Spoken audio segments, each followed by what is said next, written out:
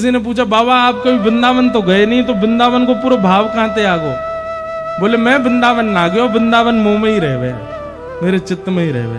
तो किसी ने कहा बाबा आप तन से भी एक बार वृंदावन जाओ, तो वे कहते बोले अगर मैं तन से वृंदावन गयो तो फिर वापस कभी आ नहीं पाऊंगा, या हमारे मैं जाऊं ना हूं।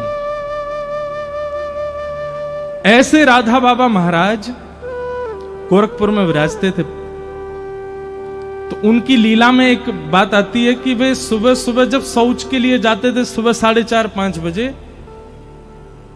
एक माताजी, बूढ़ी माताजी उनके पीछा करती थी। और जब वे शौच के लिए दूर वन में बैठे होते तो वो माताजी एक झाड़ी के पीछे बैठ के बाबा को देखती थी। तो बाबा के किसी शिष्य परिकर ने ये देख लिया, उसने माताजी को पकड़ के कहा, बोले हे मैया सुनो, तुम, हम सब जानते तुम सुबह सुबह जाती हो बाबा के पीछे, है शौच के समय तो कम से कम ये सब नहीं करना चाहिए आपको। संत महापुरुष हैं बेचारे, पूरे दिन दर्शन देते हैं, दुनिया भर के लोग दर्शन करने आते हैं, पूरे दिन दर्शन किया करो, आप सुबह सुबह क्यों जाती हो उनके पीछे? तो माताजी के नेत्र सजल हो गए, वो बोले मैं बाबा के पीछे नहीं जाती।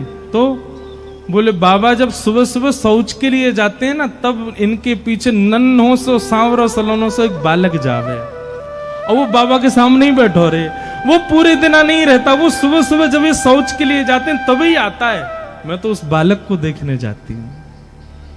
और बाबा जब शौच में बैठे होते हैं ना, तो इन दोनों की आपस में चर्चा चलती है, बड़े ठाके मार मार के दोनों हंसते हैं। मैं तो वो देखने जाती हूँ। मतलब आप विचार कर रहे हैं, भक्तों की वो स्थिति जिसको हम परम अपवित्र मानते हैं, उस स्थिति में भी भक्त चले जाते हैं, तो ठाकुर जी वहां भी आ रहे हैं उनके पास।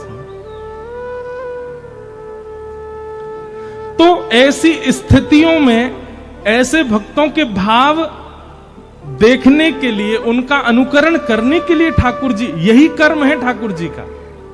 कौन भक्त कब कहां क्या कर रहा है, कौन से भाव से मुझको भज रहा है, किस भाव से मुझे अर्पण कर रहा है, वही भाव प्रिय है ठाकुर जी को। वही भाव देखने के लिए ठाकुर जी आते हैं।